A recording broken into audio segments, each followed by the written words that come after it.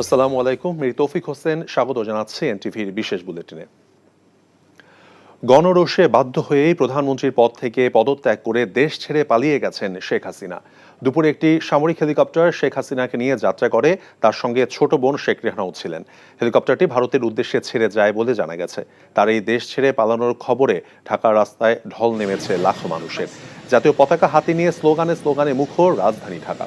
ছাত্র জনতা, শিশু, নারী, পুরুষ, বৃদ্ধ যে যার মতো করে বেরিয়ে পড়েছেন রাস্তায়। শেখ হাসিনার দেশ ত্যাগের খবরে মিছিল নিয়ে গণভবনের ভেতরে ঢুকে পড়েন হাজারো বিক্ষুব্ধ জনতা। গণভবনের মাঠে তাদের হাত উঁচু করে উল্লাস করতে দেখা গেছে। তারা নানান স্লোগান দিচ্ছেন। তাদের অনেকেই গণভবনে ব্যবহৃত বিভিন্ন জিনিস নিয়ে বেরিয়ে গেছেন।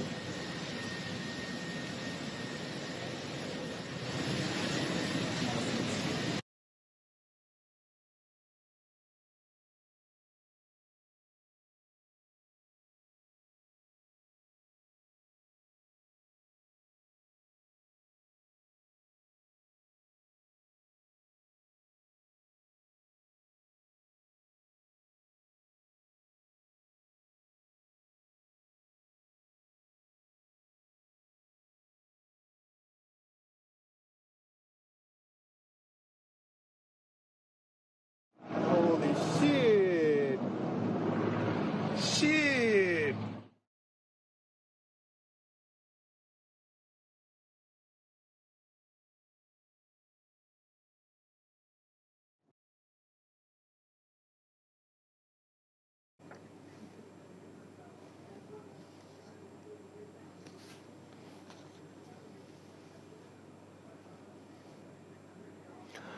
ধারণা করা হচ্ছে এই হেলিকপ্টার করেই শেখ হাসিনা দেশ ছেড়ে পালিয়ে গেছেন।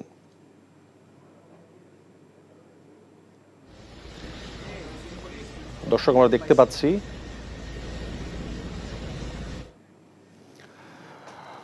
অন্তর্বর্তীকালীন সরকার গঠন বিষয়ে জানতে এখন আমরা যাচ্ছি বঙ্গভবনে। সেখানে আছেন আমাদের সহকর্মী মুকসিমুল হাসান। মুকসিমুল, সরকার গঠন প্রক্রিয়ার সবশেষ কি খবর আছে আপনার কাছে?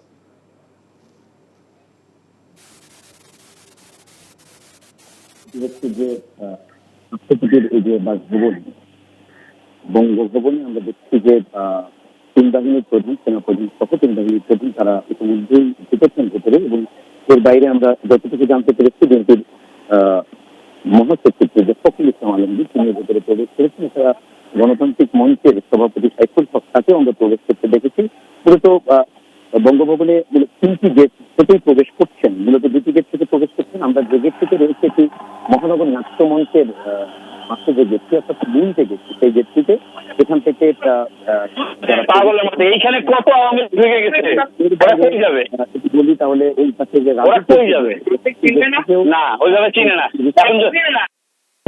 যদি বলা যায় যে এনারা প্রবেশ করবেন, প্রবেশ করার পর আমরা কিছুক্ষণ আগেই জাতির উদ্দেশ্যে যে বক্তব্য দিয়েছেন সেনাপ্রধান ফখরুজ্জামান, তিনি যে বক্তব্যটি দিয়েছিলেন তার বক্তব্য ধরেই বলা যায় যে অন্তর্বর্তীকালীন সরকার গঠন প্রক্রিয়া এই বঙ্গভবনে অনুষ্ঠিত হবে, এবং সেখানে রাষ্ট্রপতি শপথ পড়াবেন। এবং সেখানে বলা যায় যে এখানে বিভিন্ন রাজনৈতিক দলের নেতারা এসছেন, কিন্তু যতটুকু ধারণা করা হচ্ছে অন্তর্বর্তী সরকারে হয়তো রাজনৈতিক ব্যক্তিদের থেকে বরং অরাজনৈতিক, বিশেষ করে বিভিন্ন পেশাজীবী কিংবা বুদ্ধিজীবী কিংবা অবসরপ্রাপ্ত বিভিন্ন ক্ষেত্রের ঊর্ধ্বতন কর্মকর্তারা তারা হয়তো এখানে বিভিন্ন অন্তর্বর্তীকালীন সরকারের বিভিন্ন পদে হয়তো থাকতে পারেন। মূলত এখানে যিনি প্রধান উপদেষ্টা কিংবা যে সরকারটি হবে সেই সরকারের প্রধান যিনি হবেন, অর্থাৎ নির্বাহী বিভাগের প্রধান যিনি হবেন, তার শপথটি প্রথমে পাঠ করানো হবে, এবং এরপরে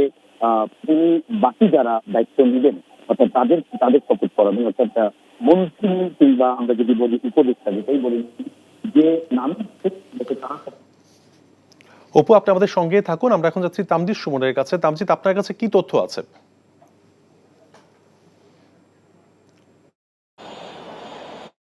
তামজিদ, শুনতে পাচ্ছেন? তামজিদ, আপনার কাছে সর্বশেষ কি তথ্য আছে জন উল্লাসের?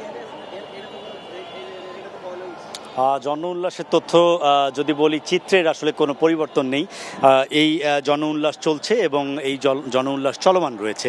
এই যে আমরা সেই দুপুরের পর থেকে, দুপুর 2টোর পর থেকে আমরা লাগাতার এখানে অবস্থান করছি এবং যেটি আমরা দেখছি সেই যে ফার্মগেট, কারণ বাজার, শাহবাগ, এদিকে খামারবাড়ি, সংসদের এলাকা, এই সমস্ত জায়গাতে এখনও উল্লাস চলছে।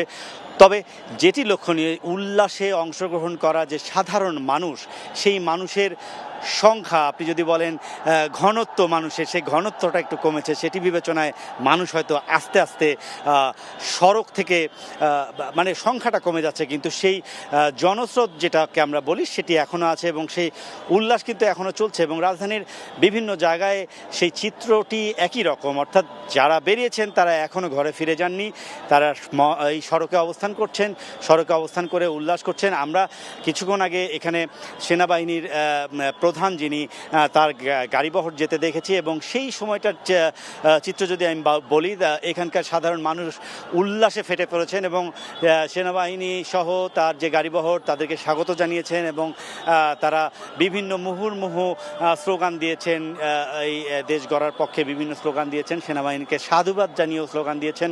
এবং তারপরে আমরা সেনাবাহিনীর অন্য একটি বহর দেখেছি, সেই বহরটিকেও এখানে সাধুবাদ জানানো হয়েছে এবং স্বাগত জানানো হয়েছে। এবং আমরা নিচে গেছি, আমরা সাধারণ মানুষের সাথে কথা বলেছি, তারা কিন্তু একটি জিনিসই বলছেন যে তারা যে স্বপ্নটি দেখেছেন, তারা সাধারণের মানুষের যে অধিকার আদায়ের স্বপ্নটি দেখেছেন, দেশ গড়ার স্বপ্নটি দেখেছেন, সেটি হয়তো বাস্তবায়ন হতে যাচ্ছে, সেই বিষয়ে তারা প্রতিক্রিয়া জানিয়েছেন। এবং তারা একটি কথা বলেছেন যে তারা যেটি চান, তারা কোনো দলের হয়ে নয়, তারা কোনো নির্দিষ্ট কোনো মতের হয়ে নয়, তারা এই যে অধিকার আদায়ের যে মত, সেই মতটিকে ধারণ করে তারা এই দেশ গড়তে চান। এবং কিছুক্ষণ পরপরই উল্লাসে ফেটে পড়ছেন। যে আওয়াজটি আসছে, সেই আওয়াজটি আমাদের কানে আসছে এবং সেটি একটি উল্লাসের আওয়াজ। এবং এই আওয়াজের যে বহিঃপ্রকাশ, সেটাতে আপনি নির্দ্বিধায় বলতে পারেন যে সাধারণ মানুষ, জনগণ কতটা স্বতঃস্ফূর্ত এবং কতটা তারা আনন্দ উল্লাসের বহিঃপ্রকাশ ঘটাচ্ছেন, সেটি আসলে তাদেরকে দেখলেই বোঝা যাচ্ছে। এখন কিন্তু আমরা দেখছি যে আমাদের দেশের কিছু বিদ্রোহী গান আছে, জাগরণের গান আছে, সেই গানগুলো কিন্তু মাইক দিয়ে দিয়ে তারা বাজাচ্ছেন এবং রাস্তায় প্রদক্ষিণ করছেন। এবং এই যে বিদ্রোহের গান এবং এই যে দেশাত্মবোধের গান, এই গান দিয়ে তারা সাধারণ মানুষকে উজ্জীবিত করতে চাচ্ছেন।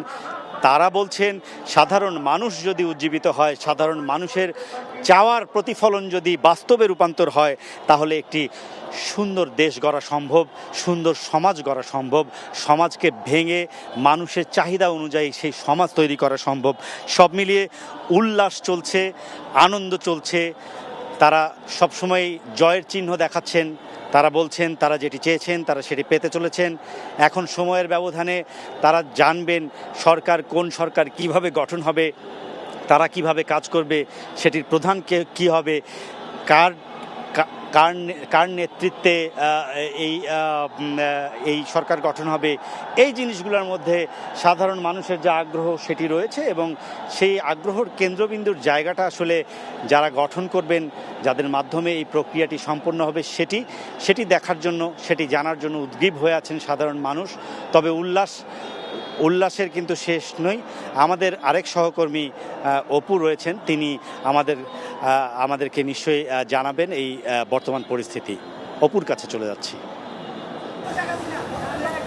হ্যাঁ, তামজিদ সুমন, আপনি যেমনটি বলছিলেন রাজধানীর বিভিন্ন জায়গায় যে ছাত্র জনতার যে উল্লাসের কথা, ঠিক তেমনি আমরা এই মুহূর্তে রয়েছি রাষ্ট্রপতির যে কার্যালয় বা রাষ্ট্রপতির বাসভবন বঙ্গভবনে। সেই বঙ্গভবনের গেটের বাইরে থেকে শুরু করে আমরা যদি একটু বাইরের দৃশ্য দেখানোর চেষ্টা করি, গেটের বাইরে সেখানে অনেক মানুষ এখানেও সমবেত হচ্ছে, যদিও এখানে রাষ্ট্রীয় প্রোগ্রাম রয়েছে এবং অন্তর্বর্তী সরকারের এখানে শপথ গ্রহণটি হবে, যে কারণে উৎসুক জনতা তো আছেই, কিন্তু উৎসুক জনতা থাকলেও তাদেরকে একটু, যেহেতু একটি রাষ্ট্রপতির অফিস, সুতরাং সেখানে তাদের একটু দূরত্বে রাখা হচ্ছে।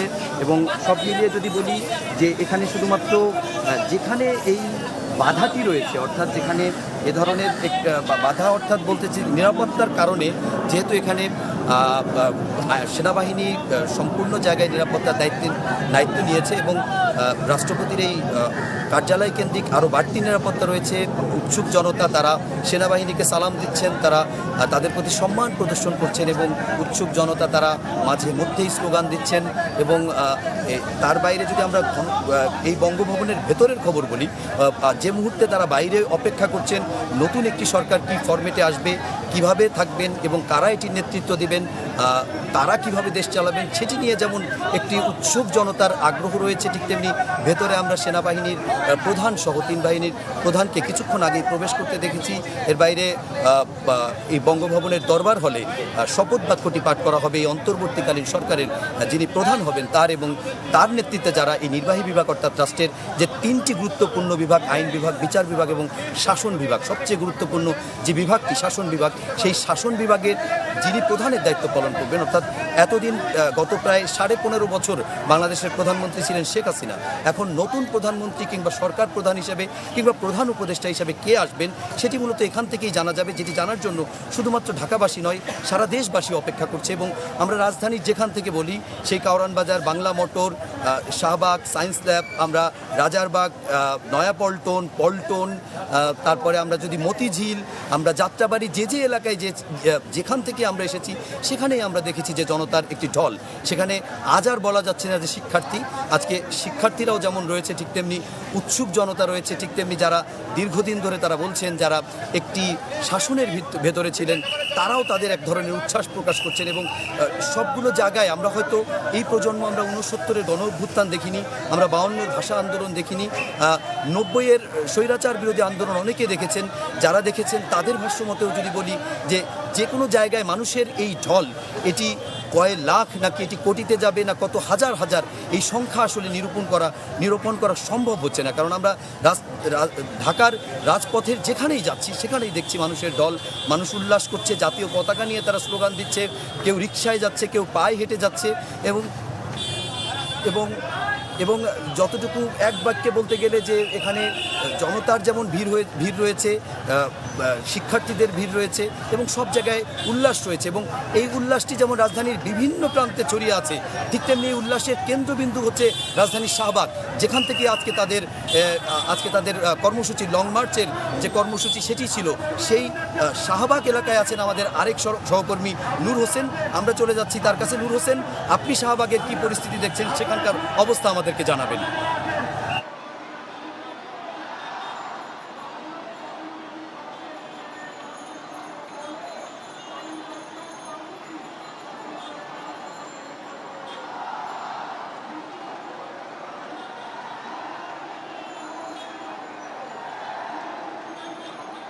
আমি এই মুহূর্তে অবস্থান করছি শাহবাগের পাশে যে বারডেম হাসপাতালটি রয়েছে সেই হাসপাতালটির ছাদে।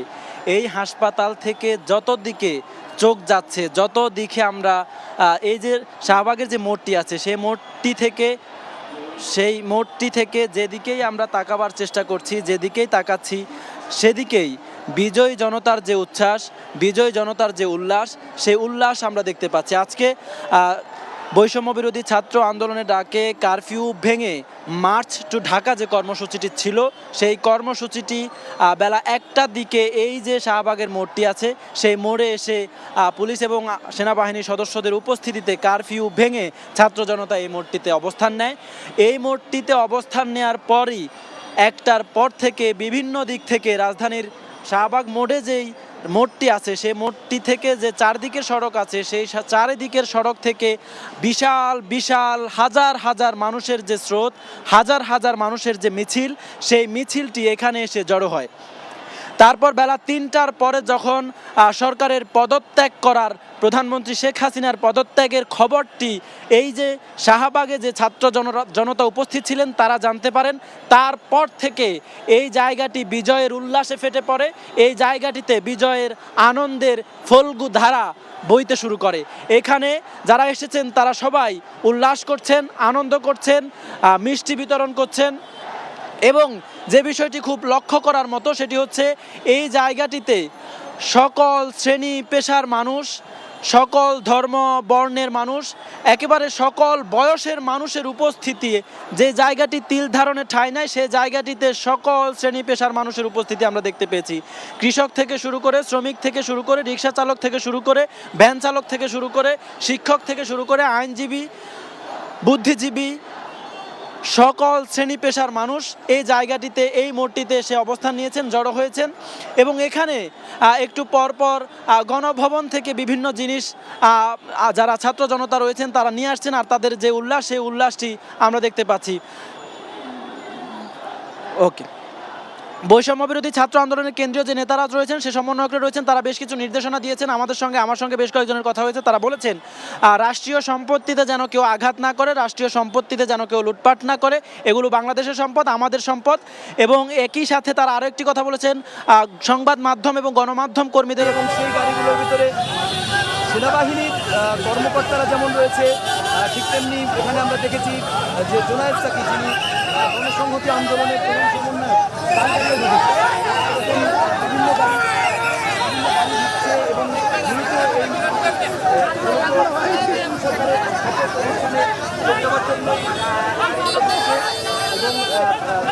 এবং এখানে প্রচুর পরিমাণে আমরা উৎসুক জনতাকে দেখছি। যদিও তাকে করার জন্য চেষ্টা করছে সেনাবাহিনী, মানুষের এই ঢল, মানুষের এই একেবারে মানুষের সাধারণ মানুষের ঢল নেমেছে এখন এই বঙ্গভবন কেন্দ্রিক। কী হচ্ছে আগামী দিনে বাংলাদেশের রাজনীতি, কে হচ্ছেন আগামী দিনে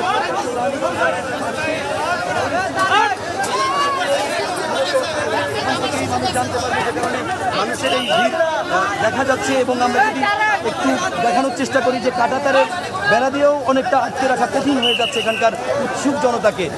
এবং আমরা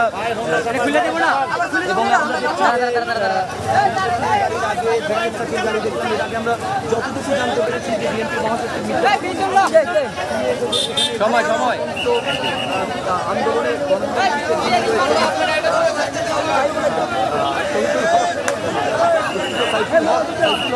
এই দেশে রাজাকারের কোন স্থান নাই, রাজাকারের মেয়ে পালাই গেছে, রাজাকারের কন্যা পালাই গেছে এই দেশ থেকে।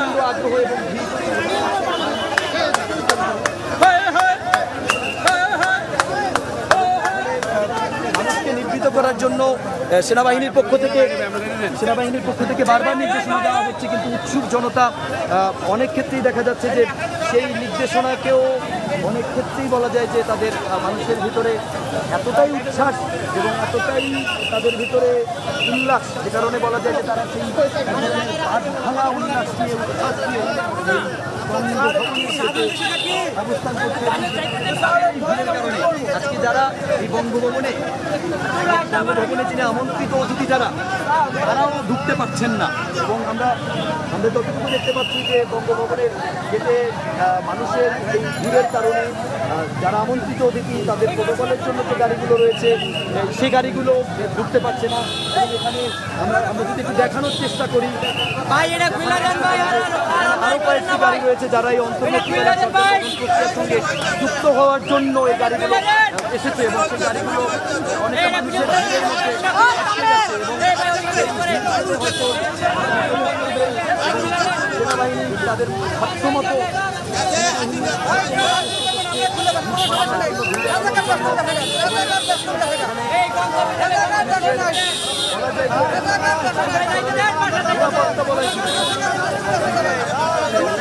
এখানে যখনই রাজনৈতিক নেতারা, বিভিন্ন রাজনৈতিক দলের নেতারা এখানে প্রবেশ করেছেন এবং সেনাবাহিনীর যে নিরাপত্তা যে যানগুলো রয়েছে সেগুলোও প্রবেশ করতে অনেকটা বাধার সম্মুখীন হচ্ছে মানুষের এই ভিড়ের কারণে।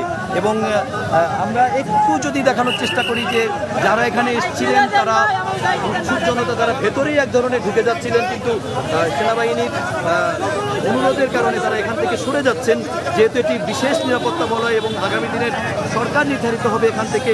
এবং সেই সরকার প্রধান কে হবে সেটিও এখান থেকে নির্ধারিত হবে। আপনারা নিশ্চয়ই জানেন যে গত 1 মাস ধরে বৈষম্য বিরোধী ছাত্র আন্দোলন, তারা কোটা সংস্কার দাবিতে আন্দোলন করে আসছিল। সেই আন্দোলনের একটা পর্যায়ে তারা গতকাল গত পরশুদিন তারা এক দফা দাবিতে গিয়েছে এবং সেই এক দফা দাবির পরিপ্রেক্ষিতে গতকাল তারা যে অসহযোগ আন্দোলন করেছিল এবং আজকে তাদের লং মার্চ কর্মসূচি ছিল। মূলত সেই লং মার্চ কর্মসূচিকে কেন্দ্র করে এই রাজধানীতে বলা যায় যে মানুষের স্রোত তৈরি হয়েছে। এই স্রোতে এখন আর শুধু শিক্ষার্থী নাই, শিক্ষার্থী, সাধারণ মানুষ, বিভিন্ন শ্রেণী পেশার মানুষ, সব বয়সের মানুষ, নারী, পুরুষ, শিশু, বৃদ্ধ অনেককেই আমরা দেখেছি অনেক জায়গায়। এবং ঢাকার প্রায় সবগুলো রাজপথ, ঢাকার সবগুলো অলিগলি আজ এই দুপুর থেকে এই সন্ধ্যা পর্যন্ত আমরা দেখছি মানুষের এই মিছিল, মানুষের এই স্লোগানে মুখরিত, মানুষের এই ঢল যেটি শেষ হচ্ছে না। এবং মানুষের এই ইচ্ছা আছে, স্লোগান আছে, তারা কেউ কেউ আবার এটিকে নতুন করে একটি নতুন বাংলাদেশের প্রত্যয় দ্বারা দেখাচ্ছেন, সত্য তারা দেখছেন। তারা মনে করছেন এই বঙ্গভবন থেকে নতুন যে সরকার গঠিত হবে, অর্থাৎ নতুন সরকার পরিচালনার দায়িত্ব যারা নেবেন তারা নিশ্চয়ই তাদের সেই ক্ষোভের কথাগুলো শুনবেন, তাদের কষ্টের কথাগুলো শুনবেন, সাধারণ মানুষ যে হত্যা হয়েছে তার বিচার করবেন এবং তাদের প্রত্যাশা আগামী দিনে দেশে শান্তি আসবে এবং নতুন সরকারের হাত দিয়ে এর আগে যত সহিংসতা হয়েছে সেই সহিংসতার পথ বন্ধ হবে এবং শান্তির পথে আগাবে বাংলাদেশ। এবং তারা বলছেন তারা সব ধরনের তারা একটি সুন্দর বাংলাদেশ, একটি শান্তিপূর্ণ বাংলাদেশের প্রত্যাশায় আসছেন এখানে। এবং আমরা দেখছি যে এখানে এই বঙ্গভবনে কিছুক্ষণ আগেও যেরকম পরিবেশটি ছিল না, এখন পরিবেশটি তৈরি হয়ে গেছে, অনেক মানুষের ভিড় এখানে আমরা দেখছি। আমরা এখানে দেখছি তিন বাহিনীর প্রধান যেমন ঢুকছেন, মানুষের ভিড়ে এখানে ঢুকতে পারছেন না যারা বিভিন্ন রাজনৈতিক দল, পেশাজীবী যারা রয়েছে, যারা বিভিন্ন জায়গায় সর্বস্তরের যে মানুষ রয়েছে তাদের এই ভিড়ের কারণে আসলে আমরা অনেককেই ঢুকতে দেখতে সমস্ত আমরা দেখানোর চেষ্টা করি যেখানে সারি সারি গাড়ি দাঁড়িয়ে রয়েছে আসলে নতুন সরকারের শপথে শপথ নেওয়ার জন্য তাদেরকে এক ধরনের অভিবাদন জানানো কিংবা অভিনন্দন জানানো কিংবা অনুদান জানানো কিংবা কারা হতে যাচ্ছেন নতুন সরকারে, কারা দায়িত্ব নিতে যাচ্ছেন সেটিও দেখানোর একটি জন্যই বলা যায় যে মানুষের এই ভিত্তি মানে বলা যায় যে এক ধরনের মানুষের ভিড় তৈরি হয়েছে। এবং এই ভিড়ের কারণে যারা আজকে এই অনুষ্ঠানে যারা আসলে এখানে আসছেন এই বঙ্গভবনের সামনে, বঙ্গভবনের গেটের সামনে, তারা এতটাই ভিড় করেছেন, এত মানুষের ভিড় যে ভিড়ের কারণে যারা আসলে শপথ নেবেন কিংবা এই শপথ অনুষ্ঠানে যারা যোগ দিবেন আমন্ত্রিত অতিথি যারা, তারাও বেগ পেতে হচ্ছে। কিন্তু সেনাবাহিনী খুব ধৈর্যের সঙ্গে তাদেরকে আস্তে করে সরে যেতে বলছেন এবং যে গাড়িগুলো রয়েছে সেই গাড়িগুলোর ভিতরে প্রবেশ করার একটি পথ তৈরি করার চেষ্টা করছেন। তো তৌফিক, এখন পর্যন্ত রাজধানীর এই গুলিস্তানের এই বঙ্গভবন এলাকার এই হচ্ছে নতুন সরকারের শপথ গ্রহণ অনুষ্ঠানের আগের কিংবা যারা ঢুকছেন তাদের সবশেষ অবস্থা। দর্শক, এবার শুরুতে আমরা যাচ্ছি আমাদের সহকর্মী তামজিদ সুমনের কাছে। তিনি আছেন কারওয়ান বাজার এলাকাতে। তামজিদ, রাজপথে আন্দোলনকারীদের সবশেষ কি খবর আছে আপনার কাছে? রাজপথে আন্দোলনকারীদের সরব উপস্থিতি আছে। আসলে আন্দোলনকারী বলতে এখন এই যাদেরকে আমরা রাস্তায় দেখছি সবাই উল্লাসকারী, তারা এখন আন্দোলনের যে জায়গাটা সেটার প্রথম যে সফলতা তারা বলছেন যে সে সফলতা তারা পেয়ে গেছেন এবং তারা এখন অপেক্ষা করছেন, তারা উল্লাস করছেন, তারা মনে করছেন হয়তো সামনে সময়টুকুতে আরও কিছু নতুন তথ্য আসবে এবং তারা জানতে পারবেন যে সামনের সময়টাতে কি হতে যাচ্ছে, সামনের সময়টাতে কোন ফরম্যাটে সরকার হতে যাচ্ছে, কে নেতৃত্ব দিবে এই সামনের দিনগুলোতে, কে নেতৃত্ব দিবে দেশকে। এই যে আগ্রহ, এই যে উৎকণ্ঠা, সেই উৎকণ্ঠার বিষয়গুলো, আগ্রহের বিষয়গুলো আমরা সাধারণ মানুষের কাছে দেখেছি। তারা কিন্তু থেকে উল্লাস করছেন, চিৎকার দিচ্ছেন, উল্লাসের ধ্বনি দিচ্ছেন। এবং এই যে আমি যে সেই কয়েক ঘন্টা থেকে যেই একটি কথাই বলছি, যেই সংসদ এলাকা, শাহবাগ এলাকা, কারওয়ান বাজার, ফার্মগেট, এই সমস্ত এলাকায় এখনও মানুষ রয়েছে। হয়তো মানুষের উপস্থিতিটা ধীরে ধীরে কমছে, কিন্তু অসংখ্য মানুষ রয়েছে। পুরো সড়ক জুড়ে মানুষ এবং শাহবাগ কেন্দ্রিক মানুষের যে ভিড়, সেই ভিড়টি আছে। এবং সাধারণ মানুষ বারবারই বলছেন যে সমাজ পরিবর্তনের যে ডাক এসেছে সেই ডাকে তারা সামিল হতে চান, তারা রাষ্ট্র গঠন করতে চান, এই রাষ্ট্র গঠনে তাদের ভূমিকা রাখতে চান, তাদের মতামতকে যেন প্রাধান্য দেওয়া হয়, তরুণ সমাজের মতামতকে যেন প্রাধান্য দেওয়া হয়। তরুণ সমাজ যা চায় এই রাষ্ট্র সেভাবে গড়ে যেন ওঠে, সেই গড়ে তোলার যে মানুষটি সেটি একটা যোগ্য মানুষ যেন দায়িত্ব নেন, তার দায়িত্বে যেন দেশ গড়ে তোলা হয় এবং সর্বোপরি সব সমাজের সব যে স্টেক হোল্ডার আছে তাদের এই দায়িত্ব, এই গড়ে তোলার দায়িত্ব। এই যে দুর্নীতি, এই যে অপকর্ম এবং এই যে একনায়কতান্ত্রিক যে একটা চারিত্রিক বিষয় প্রতিষ্ঠানে যে তৈরি হয়ে গেছিল, তারা বলছে যে সেই অবস্থার থেকে তারা পরিত্রাণ চান এবং তারা মনে করেন যে এই আন্দোলনের মাধ্যমে এই অবস্থার পরিত্রাণ আসবে। দেশ গঠনে প্রতিটি মানুষ তার নিজের জায়গা থেকে ভূমিকা রাখবেন এবং যেই নেতৃত্ব দেন না কেন বাংলাদেশের যে তরুণ সমাজ তাদের মতামতকে গুরুত্ব দেওয়ার যে বিষয়টা, সেই বিষয়টা তারা সবচেয়ে গুরুত্ব দিয়েছেন এবং এখনও পর্যন্ত উল্লাসে ফেটে পড়ছেন সাধারণ মানুষ। কতক্ষণ তারা অবস্থান করবেন আসলে এটি জানার নেই আমার, যে কেউ এটি বলতেও পারবে না। তবে সব মিলিয়ে এই অত্র অঞ্চলে সাধারণ মানুষ উল্লাস করছেন। আমাদের সহকর্মী মুকসিমুল হাসান অপু তিনি কিন্তু এখন বঙ্গভবনে রয়েছেন এবং আমরা এখন বঙ্গভবনের সর্বশেষ পরিস্থিতি জানতে মুকসিমুল হাসান অপুর কাছে চলে যাব। আমরা অপুর কাছে যাচ্ছি। ধন্যবাদ তামজিদ সুমন। আপনি যেমন বলছিলেন রাজধানীর কারওয়ান বাজার সহ গোটা রাজধানীর চিত্র, ঠিক তেমনি আমরা যদি বলি এই মুহূর্তে বঙ্গভবন গেটে আমরা রয়েছি।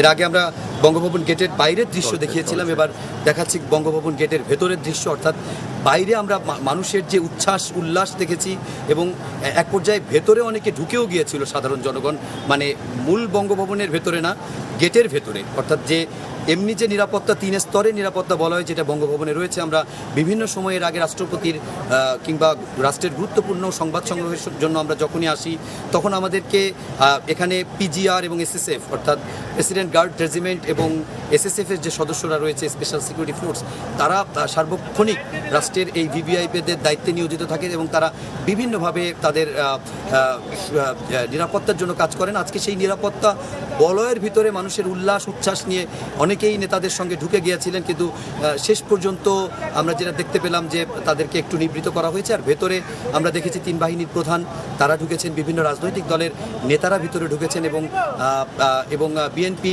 মহাসচিব মির্জা ফখরুল ইসলাম আলমগীর, দলটির স্থায়ী কমিটির সদস্য মির্জা আব্বাস, তারা ভিতরে প্রবেশ করেছেন আমরা জানতে পেরেছি। এবং বিএনপি চেয়ারপারসনের প্রেস উইং থেকে আমাদের আরেকটি জিনিস জানিয়েছেন শামসুদ্দিন দিদার, তিনি জানিয়েছেন যে সাবেক প্রধানমন্ত্রী বিএনপি চেয়ারপারসন বেগম খালেদা জিয়া এবং ভারপ্রাপ্ত চেয়ারম্যান তারেক রহমান তারা এইরকম দেশের উদ্ভূত পরিস্থিতিতে দেশবাসীকে শান্ত থেকে দেশের এই সংকটে এই শান্তিপূর্ণভাবে শান্ত থেকে তাদের থাকার জন্য তিনি আহ্বান জানিয়েছেন। আর যদি আজকে আমরা এই বঙ্গভবন কেন্দ্রিক বলি তাহলে বঙ্গভবন কেন্দ্রিক রাষ্ট্রপতির এটি কার্যালয় বাসভবন এবং আমরা এর আগেও বিভিন্ন সময় আপনাদেরকে যেটি দেখিয়েছি যখন কোনো সরকারের পরিবর্তন হয় তখন এই বঙ্গভবনের দরবার হল থেকেই মূলত সেই শপথ অনুষ্ঠানটি হয় এবং সেই শপথ অনুষ্ঠানে আজকে যেটি আমরা বারবার বলছি নতুন সরকারের ফরম্যাটটি কী হবে সেটি আমরা জানি না। তিনি যেহেতু নির্বাচিত সরকার হলে তাদেরকে প্রধানমন্ত্রী হন, কেননা সংসদীয় গণতন্ত্রে যেটি হয় যে সংসদীয় গণতন্ত্রে মূল দলের যিনি নেতা তিনিই হন সংসদ নেতা এবং সংসদ নেতাই পরবর্তীতে প্রধানমন্ত্রী হিসাবে নির্বাহী বিভাগের প্রধান হিসেবে দায়িত্ব পালন করবে। যেহেতু সেনাপ্রধান ওয়াকারুজ্জামান তিনি আজকে আমাদেরকে জানিয়েছেন যে একটি অন্তর্বর্তীকালীন সরকার হবে, সুতরাং খুব স্বাভাবিকভাবেই এই অন্তর্বর্তীকালীন সরকারে হয়তো প্রধানমন্ত্রী পদে থাকবেন না, রাষ্ট্রের নির্বাহী বিভাগের প্রধান কিংবা শাসন বিভাগের প্রধান যেটিই বলি না কিংবা প্রধান উপদেষ্টা যে নামেই হোক না কেন একজন নির্বাহী বিভাগের একজন প্রধান আজকে নিযুক্ত হবেন এবং তার নেতৃত্বে আরও একটি প্যানেল থাকবে, অর্থাৎ যিনি প্রধান উপদেষ্টা কিংবা নির্বাহী বিভাগের প্রধান হিসাবে দায়িত্ব পালন করবেন তাকে বলা যায় অনেকটা যে তিনি প্রধানমন্ত্রীর দায়িত্বই পালন করবেন। এছাড়া যারা মন্ত্রীদের দায়িত্ব পালন করবেন তারা হয়তো অন্যান্য বিভাগীয় উপদেষ্টা হবে এবং আমরা যতটুকু জানতে পেরেছি এই ফরম্যাটটি খুব বড় হবে না, প্রাথমিক পর্যায়ে অন্তর্বর্তীকালীন এই সরকারের ফরম্যাটটি ছোটই হবে, কিন্তু সেই ফরম্যাটটি কী হবে এবং দীর্ঘ প্রায় 15.5 বছর পর যদিও 5 বছর পর সরকার আবার নতুন করে শপথ নিয়েছে, কিন্তু শেখ হাসিনার নেতৃত্বে আওয়ামী লীগের যে সরকার ছিল সেটি গত 15 বছর শাসন বিভাগের নেতৃত্ব দিয়েছে, দেশকে নেতৃত্ব দিয়েছে। এখন সেটির পরিবর্তনের পর নতুন সরকারে কারা আসবেন সেটির জন্য দেশবাসী অপেক্ষায় আছে। এখানে বঙ্গভবনের বাইরে হাজারো মানুষ যাদেরকে আমরা দেখেছি জাতীয় পতাকা সহ তারা এসেছে, ছোট বাচ্চারা এসেছেন এখানে অপেক্ষা করছেন, বৃদ্ধরা এসেছেন, নারী এসেছে, পুরুষ এসেছে, বিভিন্ন শ্রেণী পেশার নানা বয়সী মানুষ এখানে সমবেত হয়েছেন এবং তারা উৎসুকভাবে এখানে অপেক্ষা করছেন। বঙ্গভবনের বাইরে তারা অবস্থান করছেন, শান্তিপূর্ণভাবে অবস্থান করছেন, কিন্তু তার ভেতরেও তাদের এক ধরনের উল্লাস, তাদের এক ধরনের উচ্ছ্বাস দেখছি এবং স্লোগানে তারা মুখরিত করে রেখেছেন এই গোটা এলাকা।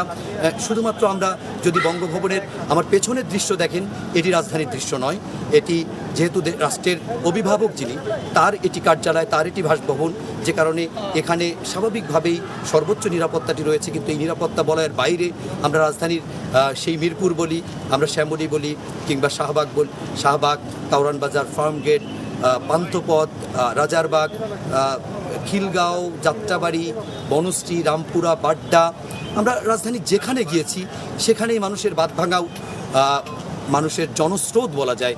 এবং এই স্রোত কোথায় যাচ্ছেন সেটি বোঝাই যাচ্ছে না। কখনো আমরা দেখেছি এই স্রোত শাহবাগের দিকে যাচ্ছে, আবার পরবর্তীতে 2-4 পরে আমরা দেখেছি এই স্রোত গিয়ে গণভবনের দিকে গিয়েছে, যেটি প্রধানমন্ত্রীর সরকারি বাসভবন, সেখানে গিয়ে এই স্রোত মিলেছে। আবার রাজধানী যেখানে পারছেন, যে যার মতো করে উচ্ছ্বাস করছেন।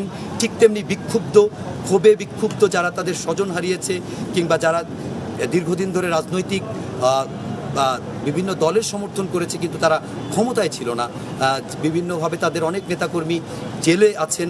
এবং গত কয়েকদিনের এই জুলাই হত্যাকাণ্ডে যদি বলা যায় যে অনেক শিক্ষার্থীর প্রাণ গেছে, আমরা দেখেছি অনেক মানুষের জীবন গেছে এবং সাধারণ মানুষের জীবন গেছে, রাজনৈতিক দলের নেতাকর্মীরও জীবন গেছে। গত একদিনেই যদি আমরা বলি 100-র উপর মানুষের মৃত্যুর খবর আমরা আমাদের গণমাধ্যমের মাধ্যমে দেশবাসীকে জানিয়েছি।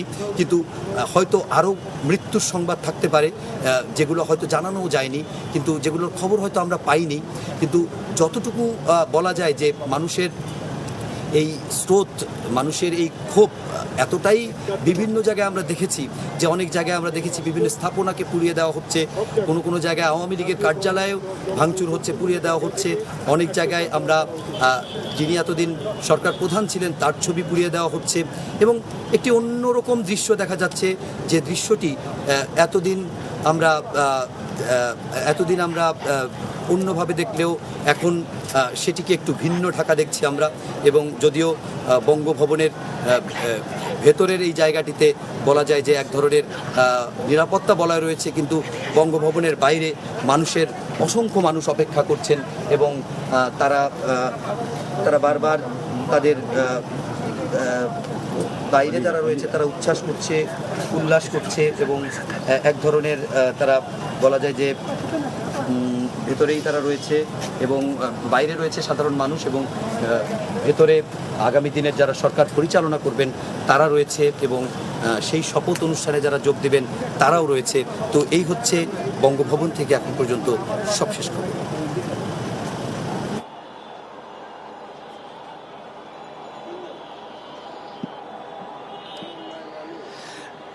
এখনো পর্যন্ত কিন্তু এই যে কারওয়ান বাজারে যে উল্লাসটি, সেই উল্লাসটি অব্যাহত রয়েছে। দিনের আলো কেটে রাতের আধার এসেছে, অর্থাৎ সন্ধ্যা পেরিয়ে গড়িয়ে রাত হচ্ছে। সেই রাতে কিন্তু আমরা যে উল্লাস, সেই উল্লাসের প্রতিধ্বনি এখনও শুনতে পাচ্ছি। এখন পর্যন্ত রাস্তায় অবস্থান করছেন যেসব যারা আন্দোলনকারীরা এখন পর্যন্ত অবস্থান করছেন এবং আমরা কিন্তু সর্বস্তরের মানুষ দেখতে পাচ্ছি। আমরা সারাদিন কিন্তু কোনো ধরনের যানবাহন চলতে দেখিনি, কিন্তু এই যে সন্ধ্যার পর থেকে আস্তে আস্তে যখন এই ভিড়, এই যে মানুষের পদচারণা যখন একটু কমা শুরু করেছে হালকা, তখন কিন্তু ছোট ছোট 2-1টি গাড়ি ঘোড়া চলছে। অর্থাৎ পরিস্থিতি ধীরে ধীরে সংকট থেকে স্বাভাবিকের দিকে যে উত্তরণের একটা ইঙ্গিত, সেই ইঙ্গিত কিন্তু আমরা রাস্তার মধ্যেই পাচ্ছি। কারণ এই ফার্মগেট কারওয়ান বাজারের রাস্তায় আমরা সকাল থেকে যদি বলি আধা ঘন্টা আগেও কোনো গাড়ি চলাচল দেখিনি।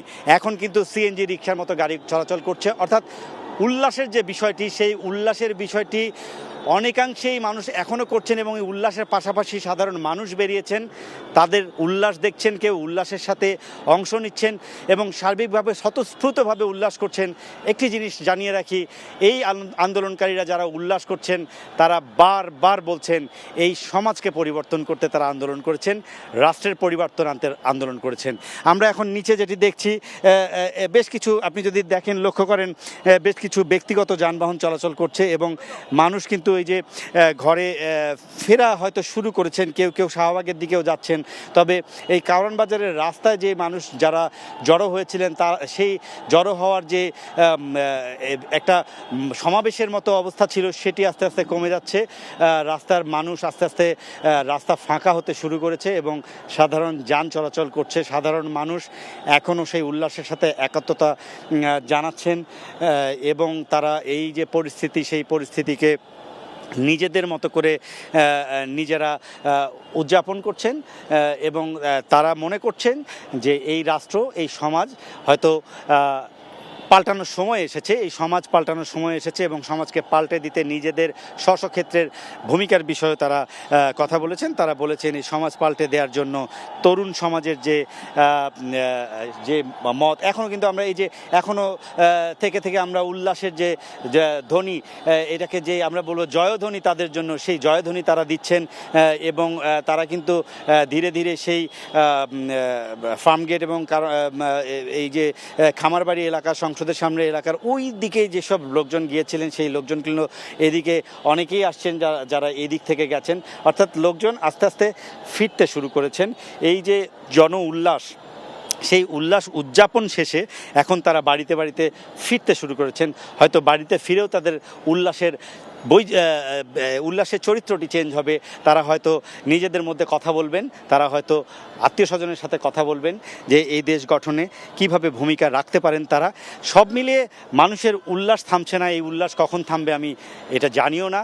রাত হয়ে গেছে, দিন শেষে রাত, সেই রাতেও কিন্তু উল্লাস চলছে এবং মানুষের যে আনন্দের যে বৈচিত্র্য, কত রকম বৈচিত্র্য থাকতে পারে, আনন্দের বহিঃপ্রকাশের যে কত রকম থাকতে পারে, সেটি এই আন্দোলনের পরে তাদের যে জয় এই জয়ের পরে সেই বৈচিত্র্য না দেখলে আসলে বোঝানোর নাই।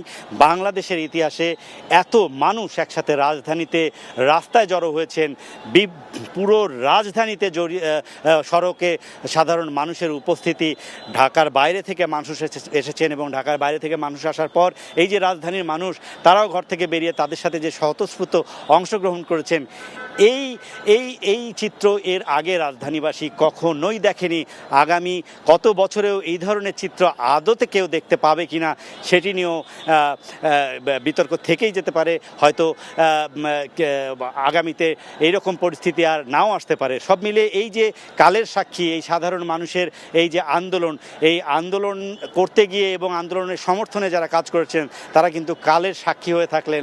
বাংলাদেশের সবচেয়ে বড় আন্দোলনের কথা বলছেন যে স্বাধীনতা পরবর্তীতে এত বড় গণমানুষের সম্পৃক্ততায় এরকম আন্দোলন তারা দেখেননি এবং এই আন্দোলনে এই রকম যে একটা সফলতা চলে আসলো, সেই সফলতার সুফল যেন বাংলাদেশবাসী গ্রহণ করতে পারে, সেই সুফল যেন বহন করতে পারে, সেই সুফল যেন সুপ্রতিষ্ঠিত হয়, এই বিষয়গুলোই সাধারণ মানুষের মুখে উঠে এসেছে। তৌফিক।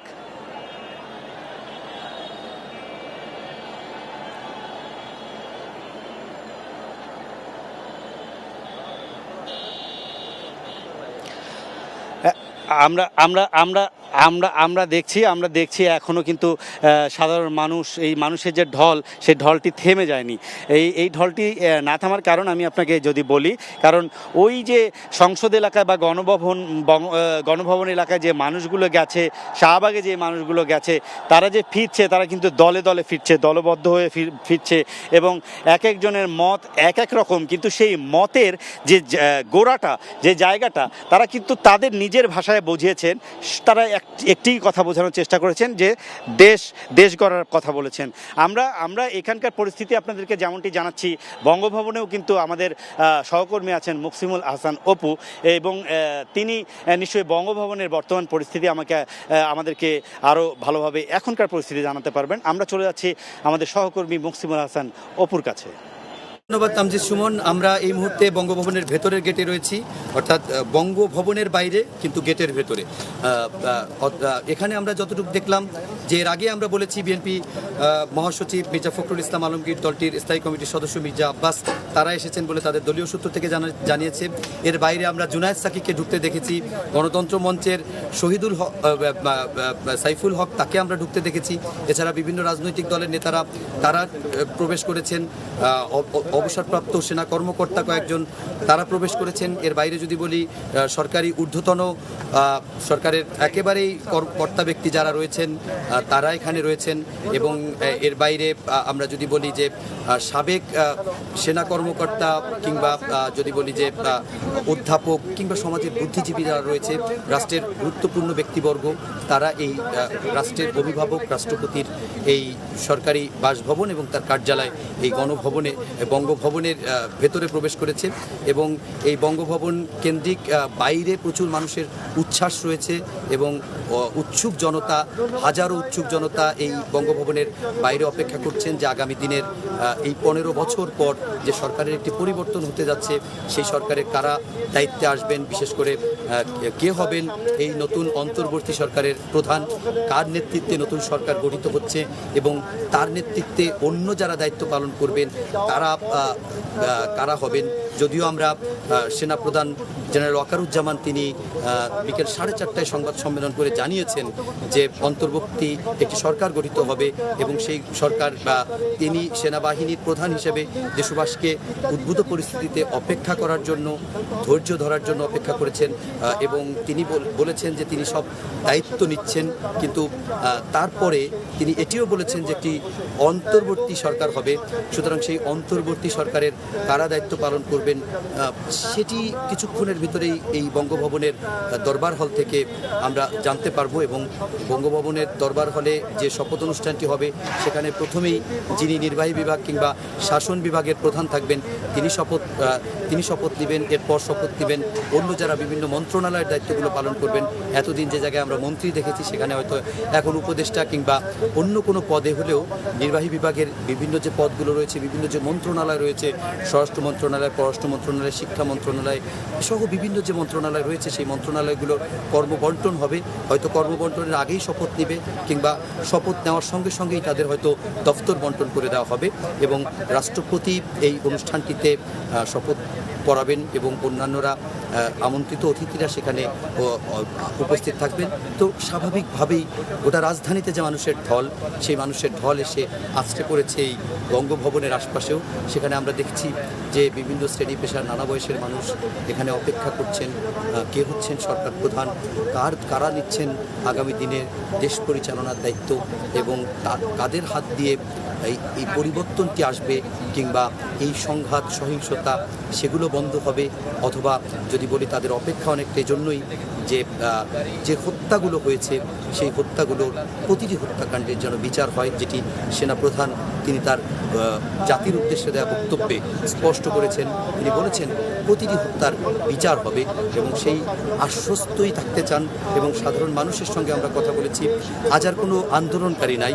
এখন যারা রয়েছেন তারা শুধু শিক্ষার্থীও নয়, তারা আন্দোলনকারীও নয়, তাদেরকে একেবারেই সাধারণ মানুষ বলা যায়, তাদেরকে একেবারে সর্বস্তরের মানুষ বলা যায়। এবং কেন যেন মনে হচ্ছে এরা শুধু রাজধানীবাসীও না। আমরা যতটুকু দেখেছি, যত মানুষের সাথে কথা বলেছি,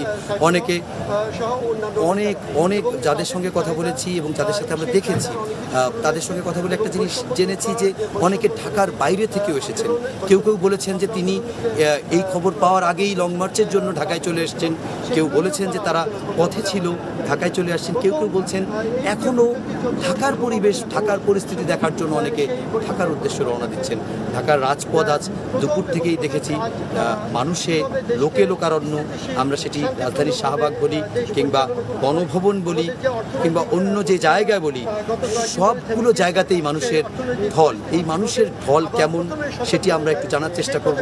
আমাদের সহকর্মী, আমাদের সিনিয়র করেসপন্ডেন্ট তামজিদ সুমন, আমরা তার কাছ থেকে জানার চেষ্টা করি। আমরা যেমন এতক্ষণ জানাচ্ছিলাম বঙ্গভবনের ভেতর বাইরের খবর, আমরা রাজধানীর অন্য জায়গাগুলোর খবরও জানবো। তামজিদ, আপনি একটু আমাদেরকে বলবেন রাজধানীর অন্য এলাকাগুলোর মানুষের উচ্ছ্বাস, উল্লাস এবং প্রতিক্রিয়া কি?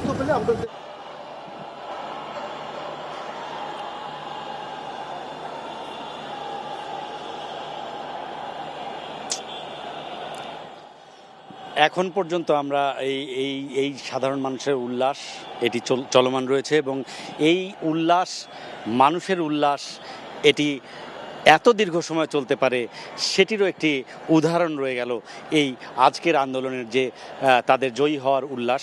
সেই উল্লাসে যোগ দিয়েছেন সর্বসাধারণ মানুষ। আমরা রাতের বেলায়, দিনের বেলায় কোনো পার্থক্য করতে পারছি না, কারণ আমরা দিনে যাদেরকে দেখেছি তারা এসেছেন, ঠিক তাদের সাথে সাথে তাদের পরিবারের সদস্যরাও এসেছেন। এই যে সন্ধ্যা হয়ে গেছে, এই সন্ধ্যার পরেও আমরা দেখেছি বাড়ি ঘর থেকে মহিলা এবং পুরুষ তাদের পরিবার সহ বের হয়েছেন এই আনন্দ উদযাপন করার জন্য। অর্থাৎ মানুষের মনে যে পুঞ্জীভূত জমা ক্ষোভ, সেই ক্ষোভের বহিঃপ্রকাশ কিন্তু ঘটছে এই উল্লাসের মাধ্যমে। এবং আমরা একটি জিনিস লক্ষ্য করেছি, পাড়া মহল্লাগুলোতে যেসব মানুষ আছে না, এরকম অনেক মানুষ আছে যেসব পরিবারের সদস্যরা একটু আত্মকেন্দ্রিক হন, একটু নিজেদের মধ্যেই থাকতে পছন্দ করেন, বাইরের মানুষের সাথে কম মেশেন, এরকম মানুষও আজকে দেখা গেছে সাধারণ মানুষের সাথে মিশে গেছেন। সাধারণ মানুষের যে চাওয়া পাওয়া, সেই চাওয়া পাওয়াকে নিজের মনে করে একই সাথে উল্লাস করছেন। এবং এই বিষয়টি থেকে একটি জিনিস খুবই পরিষ্কার, সেটি হচ্ছে সবার মনের ক্ষোভ জমা ছিল। অর্থাৎ আমি স্বাধীনভাবে কথা বলতে পারবো, আমার কথার যে মূল্য, সেই মূল্যটা, আমার কথার মূল্য রাষ্ট্র দেবে। রাষ্ট্র নাগরিকের যে অধিকার, সেই অধিকারটি নিশ্চিত করবেন এবং নাগরিকের জন্য যে রাষ্ট্রীয় প্রতিষ্ঠানগুলো আছে সেগুলো নিরপেক্ষতা বজায় রেখে সাধারণ মানুষের জন্য কাজ করবে। সেই বিষয়গুলো থেকে কিন্তু মানুষ অনেক দূরে সরে গেছিল, সেই অধিকার বঞ্চিত হচ্ছিল। আজকের এই দিনে তারা মনে করছেন সেই অধিকার আদায়ের দিন। সেই অধিকার আজকের এই আন্দোলনের মাধ্যমে সাধারণ মানুষ তাদের সেই অধিকারগুলো খুঁজে পেয়েছেন এবং সেই যে অধিকার খুঁজে পাওয়ার যে একটা আনন্দ, সেই আনন্দর বহিঃপ্রকাশ কিন্তু আজকে হচ্ছে। আপনি দেখেন এই যে চলমান কয়েকটি দিনে যে হত্যাকাণ্ড হয়েছে, এই যে হত্যাকাণ্ডগুলি তো কোনো না কোনো পরিবারের সদস্য, কারো বাবা, কারো সন্তান, কারো ভাই, কারো বোন, সেই পরিবারগুলোকে যদি অন্য যারা দেশবাসী আছেন, যাদের এক একটি পরিবার সেই তাদের নিজের জায়গাতে রাখেন, যে যাদের আপনজন হারিয়েছে সেই আপনজনটা তারা নিজেদেরকে সেই জায়গায় রাখছেন, সেই জায়গায় চিন্তা করলে তো আবেগের জায়গাটা বহিঃপ্রকাশ ঘটবেই। এবং সেই আবেগটাই কিন্তু এখন উঠে এসেছে এই রাস্তার মধ্যে, এই মহাসড়কে, এই পাড়া মহল্লায়, এই অলিতে গলিতে, এই গোটা রাজধানীতে। এবং শুধু রাজধানীতে না, আমাদের কাছে কিন্তু সংবাদ আসছে ক্ষণে ক্ষণে, প্রতিটি ক্ষণে আমাদেরকে টেলিফোন করছেন আমাদের সহকর্মীরা, আমাদের শুভাকাঙ্ক্ষীরা, আমাদের যারা বন্ধুরা আছেন তারা ফোন করছেন। চিত্র একই, জায়গা ভিন্ন। রাজধানীতে যে চিত্র, এই চিত্র জেলাতেও একই চিত্র। হয়তো রাজধানীতে সব জেলা থেকে মানুষ এসেছে, ওই জেলার চিত্র কলেবর হচ্ছে একটু ছোট, কিন্তু চিত্র একই। উল্লাস, শুধু উল্লাস আর উল্লাস। আমাদের সহকর্মী অপু রয়েছেন, তিনি রয়েছেন বঙ্গভবনে। আমরা তার কাছে যেতে চাই, তার কাছে শুনবো বর্তমান চিত্র। আমরা মুকসিমুল হাসানের কাছে চলে যাচ্ছি।